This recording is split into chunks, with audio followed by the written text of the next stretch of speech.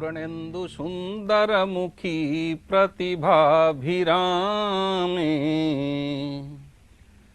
वामे विधेषु वचसां वचसाम्भिरामे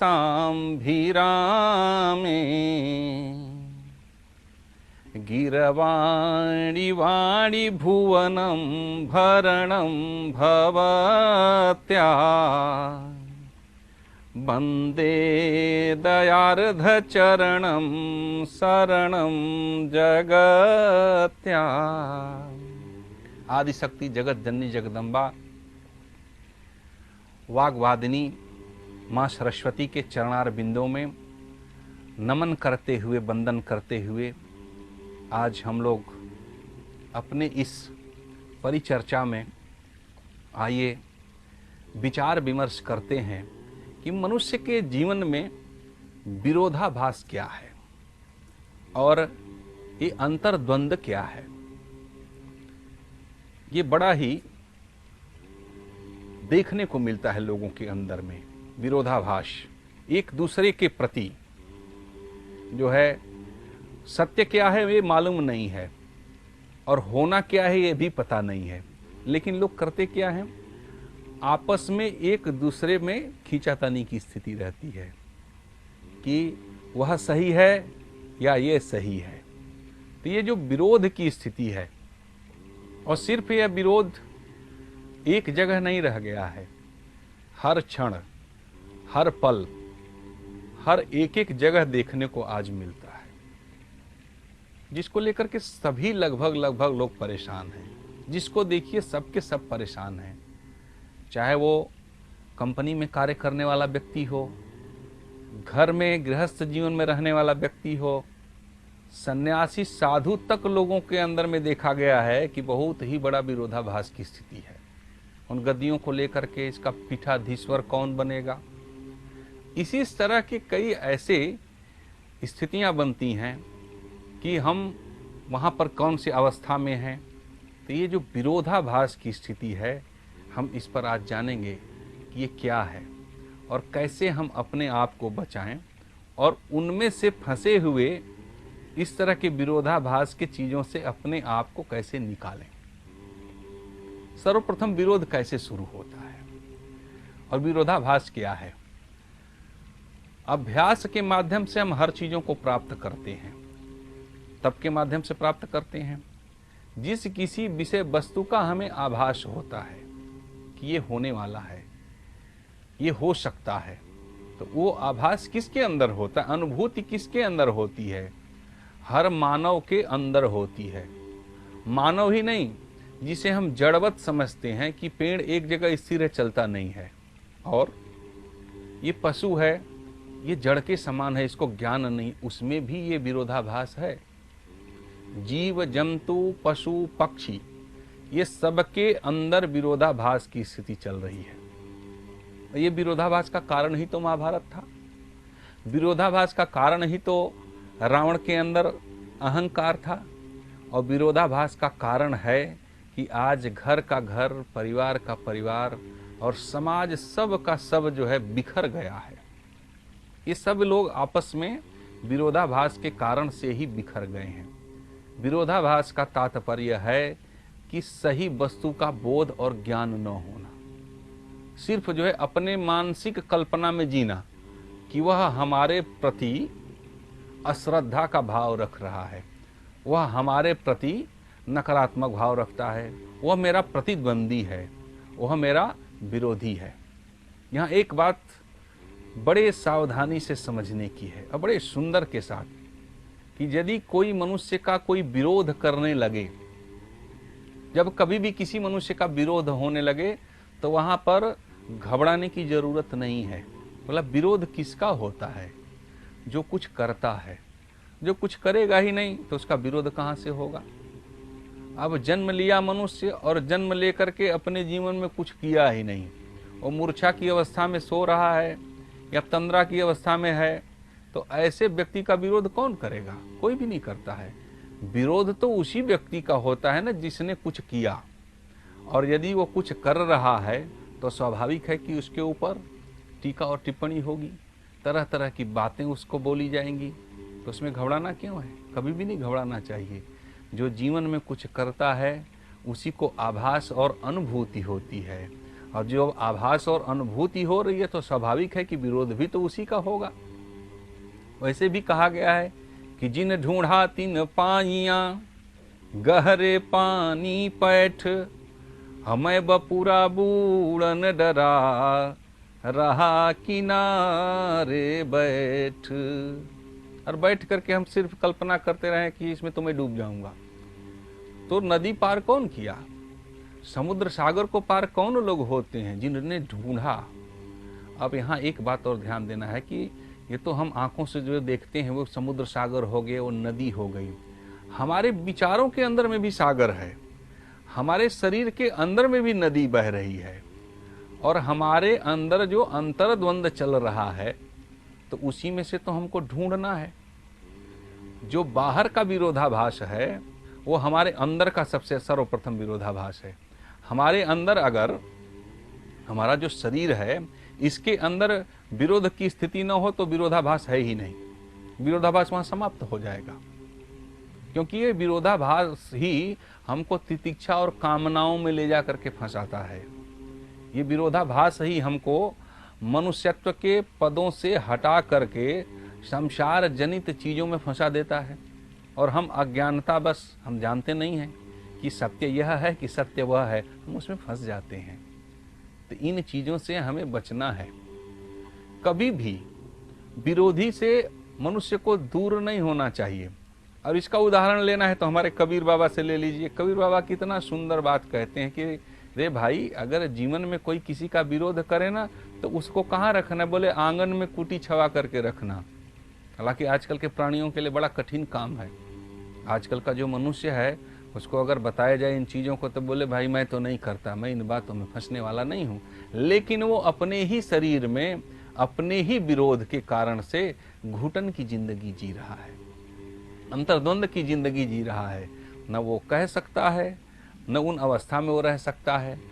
तो ऐसे में क्या हो रहा है? उसके अंदर विरोधाभास की स्थिति पैदा हो गई।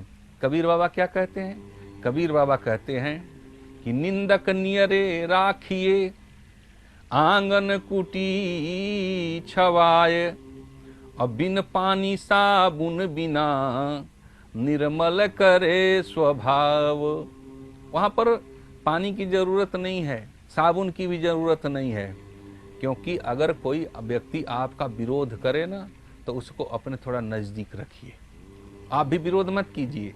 जब आप भी विरोध करेंगे तो दोनों विरोधाभासी व्यक्ति मिल करके क्या होगा? वहाँ विध्वंसक की स्थिति उत्पन्न हो जाएगी। तो ये विध्वंसक स्थितियों से बचने के लिए एक विरोध कर रहा है तो उसके विरोध के चीजों में ढूंढिए, अपने अंतर मन में ढूंढिए कि इस विरोध से हमें बचना कैसे है, और जो विरोधी है वो क्यों आपका विरोध कर रहा है, उसे आपको जगाने के लिए कर रहा है। वो जगाने की स्थिति क्या है? यदि वो विरोध कर रहा है, आपके पग पग पे आगे बढ़ने में रुकावट डाल रहा है, तो स्वाभाविक है कि अगर आप सो रहे हैं तो आप जगेंगे, उससे बचने का उपाय ढूंढेंगे, और बचने का उपाय ढूंढेंगे तो आपके अंदर जो अज्ञानता है वो मिटेगी। तो कबीर बाबा का तात्पर्य यहाँ कहने का है कि उसमें न साबुन की ज़रूरत होती है और न ही उस व्यक्ति के लिए जो है पानी की ज़रूरत होती है। तो यहाँ पर सबसे बड़ा जो है मनुष्य के अंदर में जो विरोध चल रहा है वो समाप्त कैसे होगा? वो ज्ञान से होगा और वैराग्य से होगा। ज्ञान और वैराग्य की बात यहाँ पर बताई जा रही है। अक्सर विरोधाभासी व्यक्ति जो होता है उसको अज्ञानता में चला जाता है, मूढ़त्व को प्राप्त हो जाता है। वैराग्य तो बहुत दूर की बात है।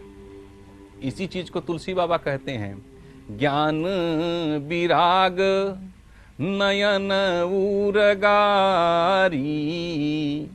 बोले ज्ञान, ज्ञान कैसे मिला? ज्ञान गुरुकुल में मिला, ज्ञान ग्रंथ से मिला। तो ये ज्ञान प्राप्त हुआ आपको। बोला वैराग्य कब मिला? बोला वैराग्य ये सारा उसके अंदर से अंतर्द्वंद, विरोधाभास, ये तमाम जितनी भी संसार जनित चीजें ये सबको त्याग कर दिया। ये त्याग करके कहाँ पहुंच गया? बोला वैराग्य की स्थिति में पहुंच गया। अब उसको ये संसार जनित मोह, काम, क्रोध, लोभ, द्वेष, गवेषणा, ईर्ष्या, ये तमाम जो चीज़ें उसको तो छू नहीं पाई, तो उसका कोई क्या ले लेगा? कुछ भी नहीं ले सकता है। उसका कोई क्या बिगाड़ लेगा? कुछ नहीं बिगाड़ सकता है। उसका विरोध करके ही कोई क्या कर लेगा? क्योंकि उसके पास क्या है? बोला कुछ भी नहीं है। उस व्यक्ति के पास बिगाड़ने के लिए अब कुछ नहीं बना। तो यहाँ जो भाव बताया जा रहा है कि विरोधाभास, आपको अगर ये लगता है कि ये व्यक्ति मेरा विरोधी है, मेरा कार्य को बिगाड़ रहा है, तो आप अपने अंदर उस ज्ञान की ऊर्जा को और वैराग्य की ऊर्जा को, उस तप की ऊर्जा को इतना प्रज्वलित कर लीजिए, इतना बढ़ा लीजिए कि विरोधाभास का कहीं जगह ही न रह जाए। ये जो मन है ना, चलायमान मन बहुत चलायमान है, बहुत चंचल है, वेगवान है। और ये जो वेगवान मन के कारण ही मनुष्य की स्थिति क्या हुई है? वो अपने आप में ही विरोधाभास की स्थिति को उत्पन्न करता है। कहीं कहीं लोग जो है पदों को लेकर के, उच्च पदों की प्राप्ति को लेकर के विरोध में फंस जाते हैं, बच्चे से विरोध के भाव में प्रवेश कर जाते हैं, पत्नी से भी विरोधाभास होने लगता है। और उतना ही नहीं, जहाँ हम कार्य क्षेत्र जो हमारा होता है तो उसमें भी हम विरोध में फंस जाते हैं। तो ये विरोध की जहाँ तक स्थिति होती है, विरोध को अनुरोध में बदल देने की ज़रूरत है। आज्ञा पालन की अवस्था में चले जाना है। तो विरोध आपका तभी तक पीछा करता है जब आपके अंदर अज्ञानता है। और जैसे ज्ञान आपको प्राप्त हो गया तो विरोध क्या होता है? विरोध बहुत पीछे रह जाता है। उसके बाबा ने और बोला, बड़ा सुंदर भाव में बाबा कहते हैं कि उसके लिए कोई जरूरत नहीं। बोला किसका? नहीं कछु चाहिए दिया घृत बाती। अब दीपक को हम जलाते हैं तो क्या होता है? दीपक जलाने से अंधकार समाप्त हो जाता है और अंदर में क्या आता है? जहाँ जहाँ जैसे ही दीपक जलाते हैं, हम घर में आजकल आधुनिक परिवेश में हम लाइट जलाते हैं, तो हम जैसे ही लाइट जलाते हैं तो हमारे घर के अंदर का अंधेरा समाप्त हो जाता है, उसमें प्रकाश आता है। वैसे ही जब सूर्य का उदय होता है तो पूरे संसार को प्रकाशित करते हैं। तो हमारी जो शरीर है, हमारे जो विचार हैं, इसमें भी तो वही स्थिति है। तो इसको प्रकाशित करने के लिए हमको किसकी जरूरत पड़ती है? बोले ज्ञान की जरूरत पड़ती है। और उसको अनुभूति करने के लिए किसकी जरूरत पड़ती है? बोले विशेष ज्ञान, विज्ञान की जरूरत पड़ती है। हम उसको प्रयोग करते हैं। अगर एक व्यक्ति के घर में चारों तरफ दीपक रखा हुआ हो, उसके घर में लाइट हो और उसे जलाने न आए कि स्विच कैसे दबाना है, तो क्या उसके घर में प्रकाश मिलेगा? बोला नहीं मिलेगा। वैसे ही हम जब तक से ये जान न लें कि सत्य क्या है, तो तब तक हम किस में जीते हैं? हम अंतर्द्वंद में जीते हैं, हम विरोध में जीते हैं। लेकिन जब हमको उसका अनुभव हो जाता है, हम उस चीज़ों को जान लेते हैं, तो वो जो विरोध करने वाला व्यक्ति होता है वो अभी आपका मित्र बन जाता है। ज्ञान विराग, यहाँ ज्ञान है। नयन उरगारी, नेत्र से देखना है। नेत्र के देखने मात्र से ही जो मनुष्य के अंदर स्थिति बनती है वो क्या हो जाती है? वो प्रकाश में हो जाती है। और इसका उदाहरण अगर देखना है तो आप किससे देखिएगा? महात्मा बुद्ध से देखिए। महात्मा बुद्ध के पास में अंगुलीमाल का डाकू, अंगुलीमाल डाकू की कथा प्रचलित है, सभी लोग जानते हैं। अंगुलीमाल ने क्या किया? हम राजा प्रसेनजीत ने अपनी उतनी सारी सेना लगा करके और अंगुलीमाल को पकड़ नहीं सके। यहाँ क्या है? यहाँ विरोधाभास है। ये विरोधाभास है यहाँ पर, क्योंकि हिंसा से हिंसा जीतने का काम हो रहा है। वो ये सोच रहे हैं कि राजा प्रसेनजीत, कौशल क्षेत्र के राजा ने ये सोचा कि हम सेना लगाएंगे, उसको बंदी बना लेंगे, उससे जीत पाएंगे, लेकिन नहीं जीत सके। अब महात्मा बुद्ध के पास में क्या है? उनके पास तो कोई सेना नहीं है, उनके पास कोई अस्त्र नहीं है, शस्त्र नहीं है। और निर्द्वंद भाव से जब वहाँ गए तो लोगों से पूछे, भाई कि आप लोग इतने डरे हुए क्यों हैं, आप सहमे हुए क्यों हैं? तो लोगों ने बताया कि महाराज, हम लोगों के डर का कारण अंगुलीमाल डाकू है, जिसने हम सभी लोगों के बीच में आतंक फैला रखा है। और उसने प्रतिज्ञा लिया है कि 1000 व्यक्तियों के सिर को काटने के बाद में उनके अंगुलियों की माला में धारण करूंगा। और जिसका वो हत्या करता था तो सारे लोगों को क्या करता था? उनकी अंगुली काट के उसका माला बना के पहन लेता था। तो इससे सभी लोग डरे हुए हैं। अब यहाँ पर अंगुलीमाल में और राजा के बीच में और सेना के बीच में क्या है? बोला विरोधाभास है। एक दूसरे को जीतने की स्थिति कि हम जीतें उनको, हम उस पर विजय प्राप्त कर लें।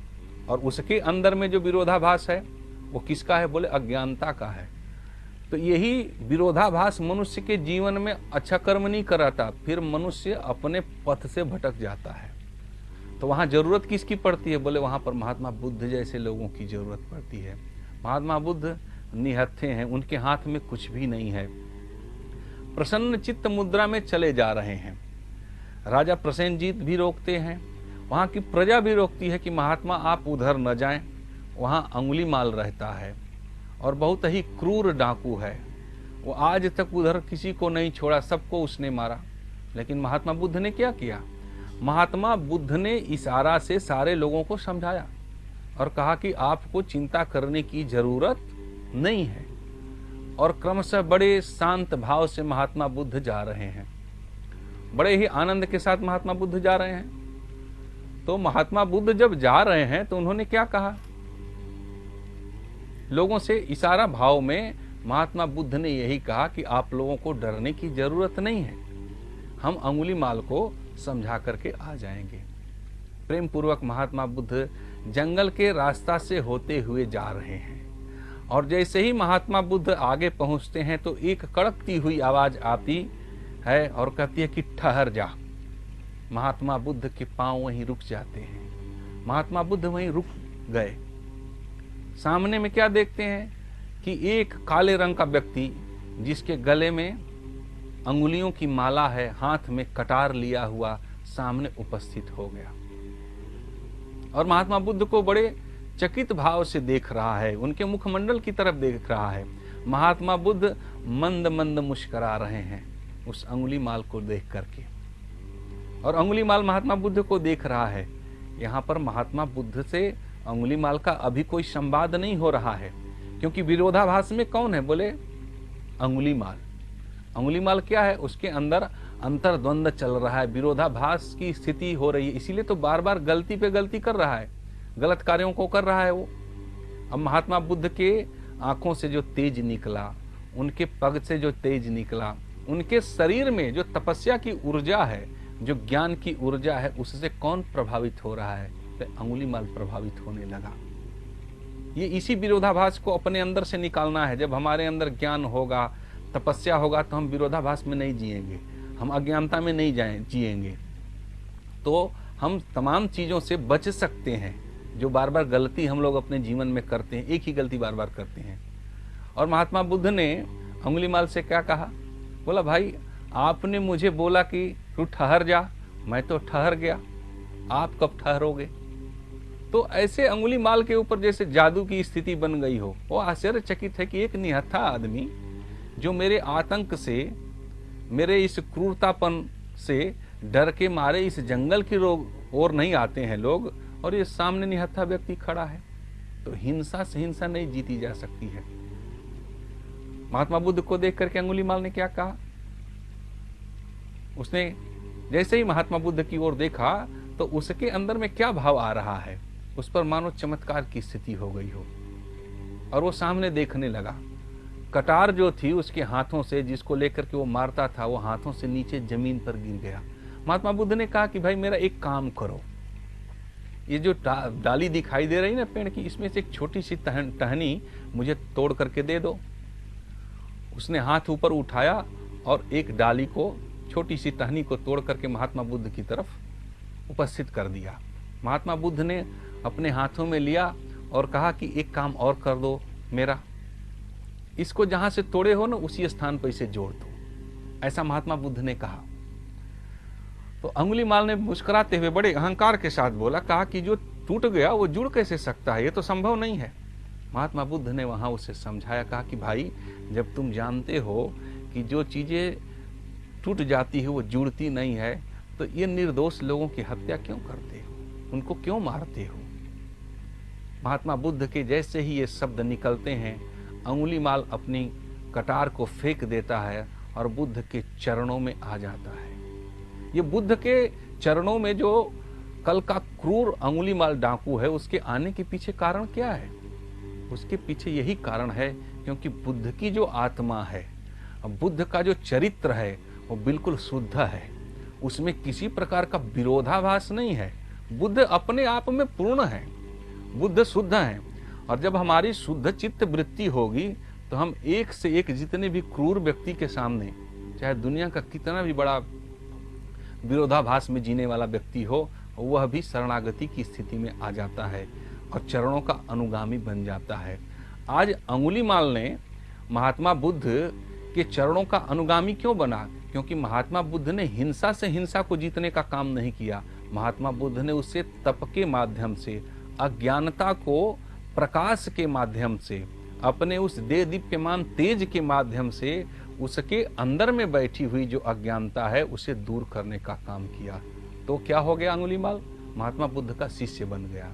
वैसे ही हम किसी कंपनी में काम करते हो, हम किसी दुनिया के कोने में हो, घर में हो, परिवार में हो, बाहर में हो, हम अपने कार्य के प्रति अपना जो उत्तरदायित्व है हमारा, हमारी जिसलिए नियुक्ति हुई है, हम जिसलिए संसार सागर में आए हैं, अपने उस कार्य के उत्तरदायित्व को समझ करके अपने अंदर के अंतर्द्वंद और विरोधाभास की स्थिति को निकाल करके जो हमारा विरोध कर रहा है उसके अंदर भी सहिष्णुता का, भाईचारे का और प्रेम को बांटना आरंभ कर दें, तो कल का जो विरोधी व्यक्ति है वह हमारा सबसे कुशल मित्र बन सकता है, वह हमारा शत्रु नहीं हो सकता है। शत्रुता हमारे व्यवहारों में, शत्रुता हमारे विचारों में, शत्रुता हमारे कर्म में होती है। और एक बात हमेशा याद रहे कि जिसे हम शत्रु समझते हैं ना, वो व्यक्ति सबसे बड़ा कमजोर होता है। शत्रु सबसे बड़ा कमजोर होता है। कारण ये होता है कि उसके पास टूट जाने के सिवा और कुछ भी नहीं होता है। क्योंकि वो शत्रु इसलिए बनता है क्योंकि आपसे उसके अंदर अंतर्द्वंद है, आपसे विरोध है उसका, इसलिए वो शत्रु बनता है। जिस चीज को वो प्राप्त नहीं कर पाता है, इस कारण से वो शत्रु बन जाता है। यही कारण दुर्योधन के अंदर भी था। दुर्योधन क्या है? दुर्योधन हारे हुए मन का शिकार है। दुर्योधन की जो कहानी है वो क्या है? हारे हुए मन का शिकार है। क्यों हारे हुए मन का शिकार है? क्योंकि उसने बाल्याकाल गुरुकुल की अवस्था में भीम को खीर में विष दे के मारना चाहा, उसमें असफलता मिली। लाक्षागृह में जलाने का कार्य किया, उसमें असफलता मिली। तो हर जगह उसे असफलता मिल रही है क्योंकि उसके अंदर विरोधाभास की स्थिति है। वह किस में जी रहा है? वो अंतर्द्वंद में जी रहा है। वह अपने आप को ही सर्वोपरि मानता है, इसलिए वो हारे हुए मन का शिकार है। तो बार बार उसको असफलता मिल रही है। यहाँ एक बात और स्पष्ट कर दूं, जहाँ तक स्त्री और नारी का प्रश्न आता है, द्रौपदी के चीरहरण के समय में भी दुर्योधन बार बार किसको खींच रहा है? द्रौपदी के वस्त्र को खींच रहा है। तो ऐसा कौन व्यक्ति कर सकता है? पुरुष जो होता है, पुरुष से जीत करके उतना आत्मग्लानि महसूस नहीं करता, या पुरुष से हार के आत्मग्लानि महसूस नहीं करता। लेकिन जब कोई पुरुष किसी नारी से हारता है तो आत्मग्लानि महसूस करता है। ये हमेशा याद रहे। तो ये विरोधाभास में जीने वाला दुर्योधन है। द्रौपदी के एक ही शब्द निकलते हैं कि अंधे का पुत्र अंधा होता है। अंधा कौन है? बोले धृतराष्ट्र। और धृतराष्ट्र के कितने पुत्र हैं? बोले उसके 100 पुत्र हैं। तो धृतराष्ट्र के पास तो आंख नहीं है इस संसार सागर को देखने के लिए, लेकिन धृतराष्ट्र के द्वारा जो 100 पुत्र उत्पन्न हुए हैं वो कर्म कैसा कर रहे हैं? बोले अंधे जैसा कर्म कर रहे हैं। तो द्रौपदी ने कौन सा गलत बात कहा कि अंधे का पुत्र अंधा होता है? अगर धृतराष्ट्र के पुत्र सदकर्म करते, अच्छा कर्म करते, तो शायद द्रौपदी के जिह्वा पर बैठ करके माँ सरस्वती ऐसा न बुलवाती कि अंधे का पुत्र अंधा होता है। तो अंधा कौन व्यक्ति है? जो विरोधाभास में जीता है, वो देख नहीं पा रहा है। अब कभी कभी ये लोग प्रश्न करते हैं कि भाई जिसके पास आंख नहीं है केवल वही अंधा होता है। ऐसा नहीं है। जिनके पास आंख है, जिन्होंने अध्ययन किया है, उसके बाद भी वो अंधे बने पड़ते हैं। जैसे महाभारत के समयों में भीष्म पितामह कौन थे? वो इच्छित मृत्यु का उनको वरदान प्राप्त है, वो सब कुछ जानते हैं, 8वें वसु हैं। द्रोणाचार्य कौन है? शस्त्र और शास्त्र के ज्ञाता। द्रोणाचार्य जो है महर्षि भरद्वाज के पुत्र हैं द्रोणाचार्य, और भरद्वाज जो हैं वो गुरु बृहस्पति के पुत्र हैं। तो इस प्रकार उस परंपरा को जानने वाला व्यक्ति भी वहां पर जब द्रौपदी का वस्त्र हरण हो रहा है तो ये क्या है? कौन सी अवस्था में है? सब शांति पूर्वक बैठे हुए हैं, सब के सब कोई बोल नहीं रहा है। तो एक धृतराष्ट्र जिनके पास आंख है वो अपने पुत्र को नहीं रोक पा रहे हैं, लेकिन वहां पर और समस्त जितने लोग बैठे हैं वह भी मौन व्रत धारण किए हुए हैं। कारण क्योंकि राज्य उसके अधीन है।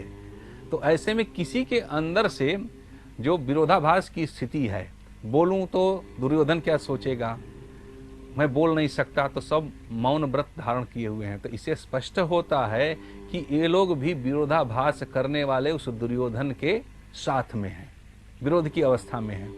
नहीं तो अंतर्द्वंद अगर नहीं होता तो उन विषय वस्तुओं पर वहां पर उठ करके लोग बोल सकते थे कि यह गलत कार्य हो रहा है। तो हर वक्त विरोध जो करने वाला व्यक्ति होता है, अगर उसके अंदर अच्छाई हो तो उसे ग्रहण कर लेना चाहिए और मूक दर्शक बन के कभी भी नहीं रहना चाहिए। अपने अंदर से अंतर्द्वंद को निकालना है और विरोध की जहाँ तक प्रश्न होता है, कहीं पर भी किसी भी प्रकार का हो तो उसे सहर्ष स्वीकार करना है। अज्ञानता की ओर नहीं जाना है। अज्ञानता ही हमारे जीवन के विरोध का कारण है। जैसे हमें ज्ञान मिल जाता है और जब हम ज्ञान को प्राप्त कर लेते हैं और ज्ञानी बन जाते हैं, हम साधक बन जाते हैं, हम योगी बन जाते हैं, तो हमारे जीवन में कभी किसी प्रकार का विरोध नहीं होता। ये क्रमशः अभ्यास करते हुए अपने जीवन में हम सभी लोगों को, ये जो मैंने उदाहरण बताया, महाभारत कालीन का उदाहरण हो या रामचरित मानस का उदाहरण हो, तो ये इसलिए है क्योंकि उस विरोधाभास से, उस समय के काल को, उस समय के खंड को और स्थितियों को देखते हुए मनुष्य को अपने जीवन में, अपनी अवस्था में कैसे जीना है। तो मेरे प्रिय भाई बहन, जहाँ तक विरोधाभास का प्रश्न है, तो इन स्थितियों में हर मनुष्य को यह सोच करके चलना है कि उसका जो जीवन है वो स्वयं के द्वारा बनाने चाहिए। जो है, जब हम स्वयं से अपने जीवन को बनाएंगे और अपने जीवन के अनुभूति को समझेंगे तो हम बाह्य आडंबरों में नहीं फंसेंगे। यहाँ ये ध्यान देने का विषय है कि लोग विरोधाभास की जो स्थितियों में जाते हैं और ये तरह तरह की बातों को करते हैं कि ये विरोधाभास क्यों होता है। तो हमें यहाँ पर एक बात हमेशा के लिए ध्यान रखने की ज़रूरत है कि हम कभी भी जब तक से वास्तविक चीज़ को जान न लें, तब तक उसके वास्तविक जो है डिसीजन पर नहीं पहुँचना है, वास्तविक पहलू पर नहीं जाना है। जब हम जान लेंगे तो हमारे अंदर से स्वतः ही विरोधाभास समाप्त हो जाएगा। अब हम यहाँ पर थोड़ा मिथक की बात करते हैं कि ये मिथ्या बातें जो मनुष्य के अंदर में आती हैं कि हमारे अंदर तो विरोधाभास नहीं है, कोई कैसे जाने कि हम विरोध की अवस्था में हैं। वो किसी के बोलने की ज़रूरत नहीं होती, उसके भाव से, उसके चेहरे के क्रिया और प्रतिक्रिया के माध्यम से मालूम चल जाता है कि यह मनुष्य विरोधाभास में है। और जब आपके अंदर ज्ञान का प्रकाश उद्धृत हो जाएगा, जागृत हो जाएगा और आप पूर्ण जो है प्रकाशात्मक शक्ति से भरे होंगे, तो आपके जीवन में कहीं से भी किसी भी प्रकार का कोई विरोधाभास की स्थिति नहीं होगी। इससे आप अपने को, संपूर्ण समाज को और पूरे देश दुनिया में एक नई रोशनी को कायम कर सकते हैं और आपका जीवन अंतर्द्वंद रहित होगा, जहाँ पर सुख शांति और समृद्धि की प्राप्ति होती रहेगी। आज बस इतना है।